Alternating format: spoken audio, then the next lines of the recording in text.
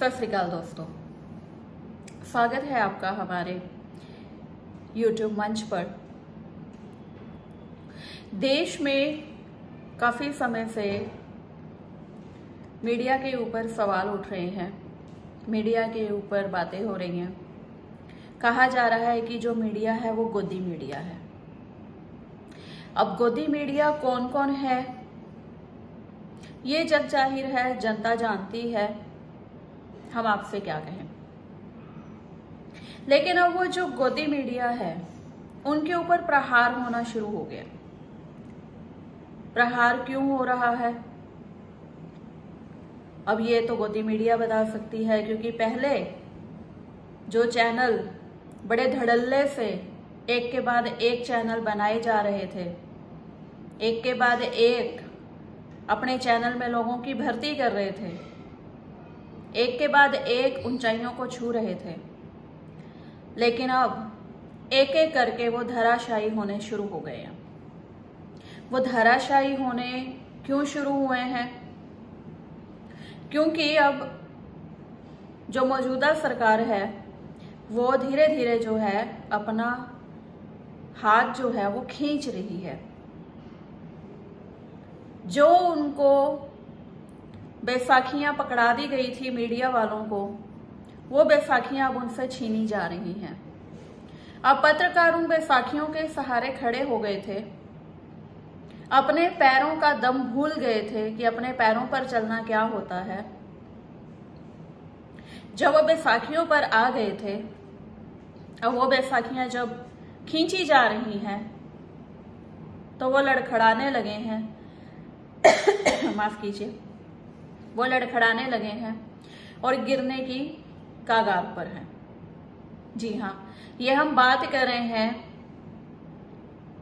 बहुत सारे चैनलों की जो बंद हो रहे हैं, जिसमें एक नाम जी हिंदुस्तान है, वो बंद हो चुका है क्योंकि उसमें जो पत्रकारिता करनी शुरू कर दी थी वो चापलूसी की करनी शुरू कर दी थी, चाटुकारिता की करनी शुरू कर दी थी, लेकिन वो अब बंद हो गया। उसके बाद हम बात करें एबीपी न्यूज, बड़ा चैनल है एबीपी न्यूज।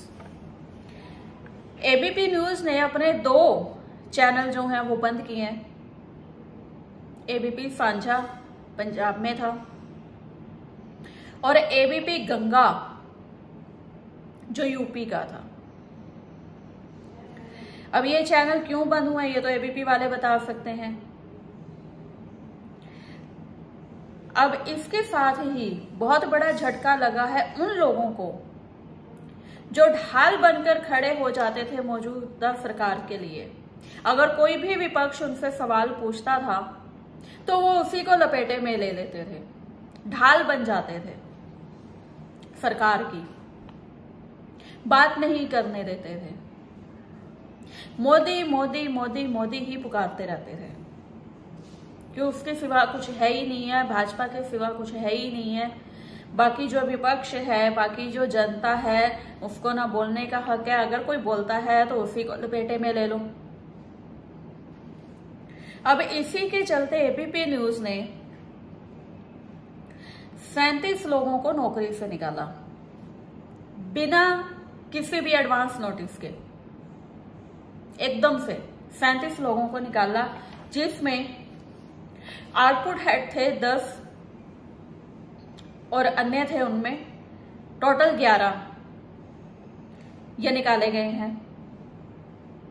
असाइनमेंट डेस्क के 5, 3 reporter, 3 anchor, camera person 5, video editor 6, technical और पीसीआर स्टाफ 4। इन सबका जो कुल आंकड़ा बनता है वो 37 का बनता है। ये कुल 37 को निकाला गया है, जिनमें से एक एक्सचेंज फॉर मीडिया की रिपोर्ट के मुताबिक अगर हम बात करें तो प्रणय उपाध्याय और आदर्श झा को पिंक स्लिप दी गई है। अब पिंक स्लिप का मतलब क्या है कि उन्हें नौकरी से निकाल दिया गया है। अब इसमें पहले हमने एक खबर देखी थी, बहुत ही बढ़ चढ़ के सारे चैनलों पर वो छाई रही कि पापा की परी ने चैनल छोड़ा था एबीपी और वो किसी दूसरे चैनल में चली गई, जिसका नाम है रूबिका लियाकत, सब जानते हैं। और उससे पहले जब उन्होंने चैनल को छोड़ा, चैनल को छोड़ने के बाद वो पहुंची आरएसएस में माथा टेकने,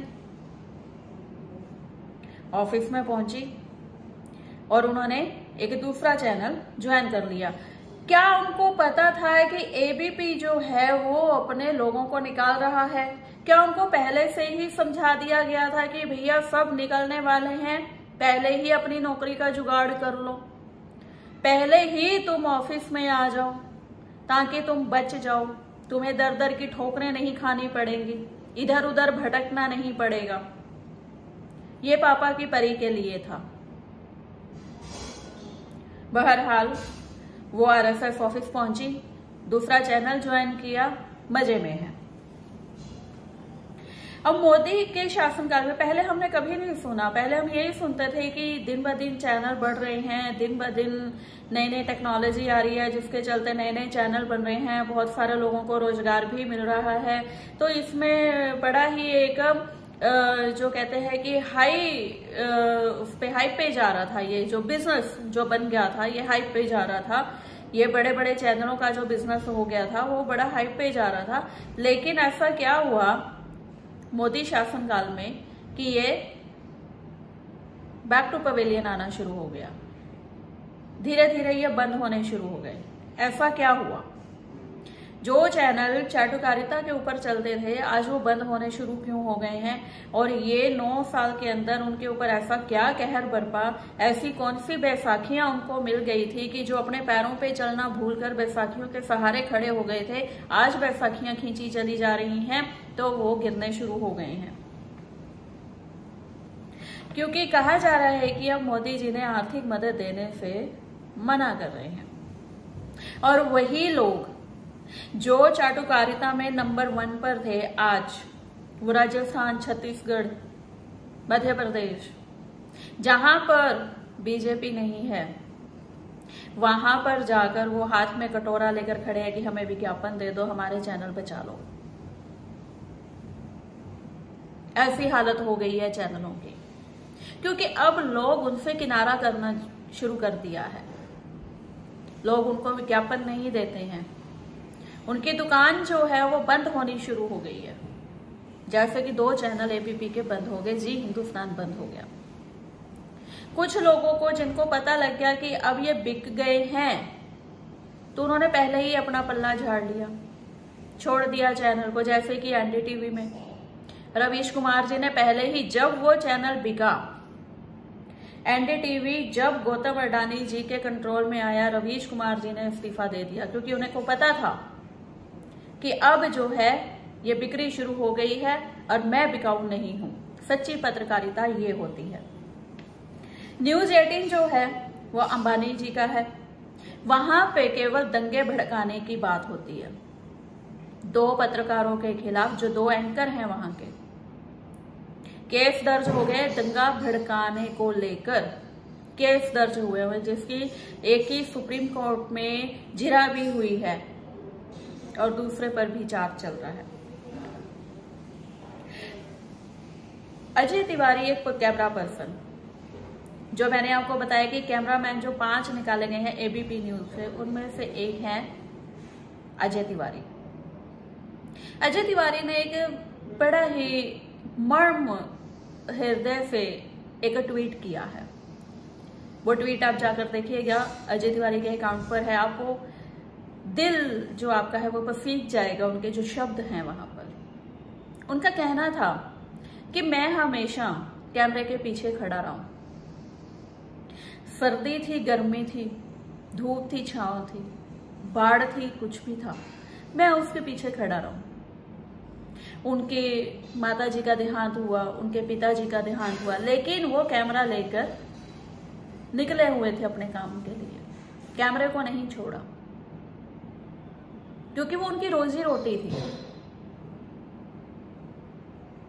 घर में बच्चा पैदा हुआ तब भी उन्होंने नहीं छोड़ा, बीवी बीमार थी तब भी नहीं छोड़ा, इतना कुछ होने के बावजूद भी उन्होंने कैमरा नहीं छोड़ा। वो डटे रहे, काम पर लगे रहे। आज उनके दोनों बच्चे बड़े हो गए, 12वीं की शिक्षा पूरी हो गई, कॉलेज ढूंढ रहे हैं। जब वो कॉलेज खंगाल रहे थे कि कौन से कॉलेज में एडमिशन लेना है, उनके पास संदेशा आता है कि आपकी नौकरी चली गई, कैमरे ने आपको छोड़ दिया। अब जब उन्हें बहुत ही सख्त जरूरत थी कैमरे की, जॉब की, वो उनकी नौकरी चली गई। हृदय विदारक ये उनकी गाथा मैंने पढ़ी तो मेरी आंखों में आंसू आ गए। आप भी जरूर पढ़िएगा, ट्वीट उन्होंने किया है। आज जब उनको ज्यादा जरूरत थी, जब उन्होंने बच्चों को कॉलेज भेजना था, उनकी पढ़ाई पूरी करवानी थी, उनकी नौकरी चली गई। वो कैमरामैन क्या बोलता था? कुछ भी नहीं। वो तो वही तस्वीरें दिखाता था जो सच्चाई है, लेकिन पत्रकार उसको किस तरीके से तोड़ मरोड़ कर दिखाते थे ये उनके ऊपर था। और पत्रकारों को भी किस तरीके से बताया जाता था कि आपने कैसे एंगल से इसको दिखाना है, ये उनके ऊपर था। लेकिन जो पत्रकार चाटुकारिता में लुप्त थे, माफी चाहूंगी, लिप्त थे, जो पत्रकार चाटुकारिता में लिप्त थे, उन्हीं को नौकरी से निकाल दिया गया। अब बाकी के जो हैं वो इधर उधर भटक रहे हैं ज्ञापन लेने के लिए कि हमें विज्ञापन दे दो। सरकारों के पास जो विपक्ष की हैं, विपक्ष दल हैं जितने भी, उनके पास जा रहे हैं कि हमें कुछ तो दे दो, हमारे चैनलों को बचा लो। ये हाल हो गया है। अब ऐसा हाल क्यों हुआ है ये जनता भली भांति जानती है। आज के जो चैनल है वो गुलाम बन चुके हैं। मैं भी जो बोल रही हूँ हो सकता है कि कल को मेरे ऊपर भी आ जाए। बहरहाल मैं आई भी इतनी बड़ी पत्रकार नहीं हूँ, इतना बड़ा मेरा चैनल नहीं है, भले ही मेरा एक छोटा सा अखबार निकलता है, भले ही मैं छोटी सी कोशिश करती हूँ, लेकिन हो सकता है कि ये कभी भी बंद हो जाए, क्योंकि कभी चाटुकारिता नहीं करनी आती।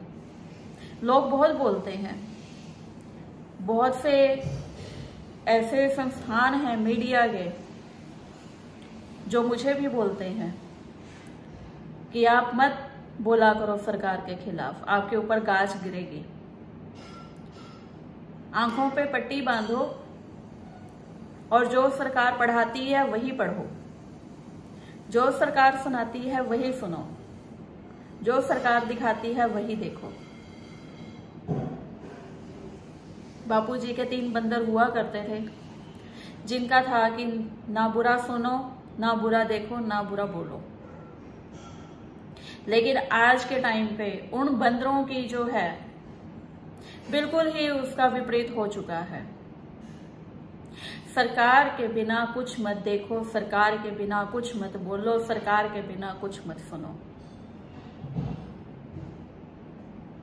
ये हालत हो गई है आज पत्रकारिता की। करनाल में ही बहुत सारे पत्रकार हैं, चाटुकारिता में नंबर 1। पीठ पीछे सब बोलते हैं, लेकिन मुंह पे किसी में हिम्मत नहीं है कि मुंह पे आकर किसी से बात कहें।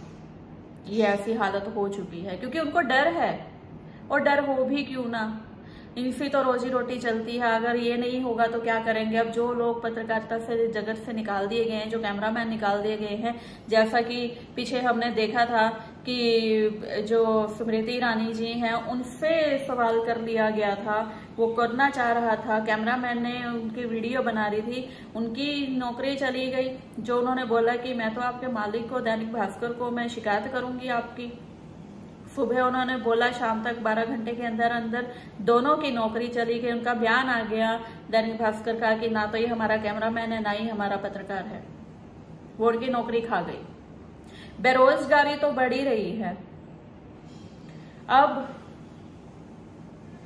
पत्रकारिता के क्षेत्र में भी बेरोजगारी बढ़नी शुरू हो जाएगी। जो लोग इसी के सहारे चल रहे हैं कि हम पत्रकारिता करेंगे, लेकिन वो अपना पत्रकारिता छोड़कर चाटुकारिता में चले जाते हैं, बेरोजगार तो होंगे ही। लेकिन उनके साथ साथ कुछ ईमानदार जो कैमरामैन हैं, जो वीडियो एडिटर हैं, उनकी भी नौकरी साथ में जाएगी और बेरोजगारी और बढ़ेगी। 3 करोड़ 30 लाख का आंकड़ा सरकार का है बेरोजगारी का। उसकी भरपाई तो पता नहीं कब होगी, उनको कब नौकरी मिलेगी, लेकिन ये आंकड़ा बढ़ता चला जा रहा है।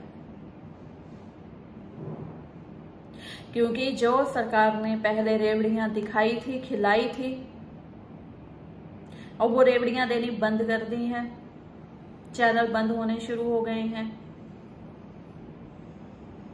विपक्ष उन पर मेहरबान होगा या नहीं होगा, क्योंकि जिस विपक्ष में बातें बोली जाती थी, जिनको नीचा दिखाया जाता था, वो उनकी फेवर में उनको जाकर वो देंगे कि नहीं देंगे विज्ञापन, ये उनके ऊपर है।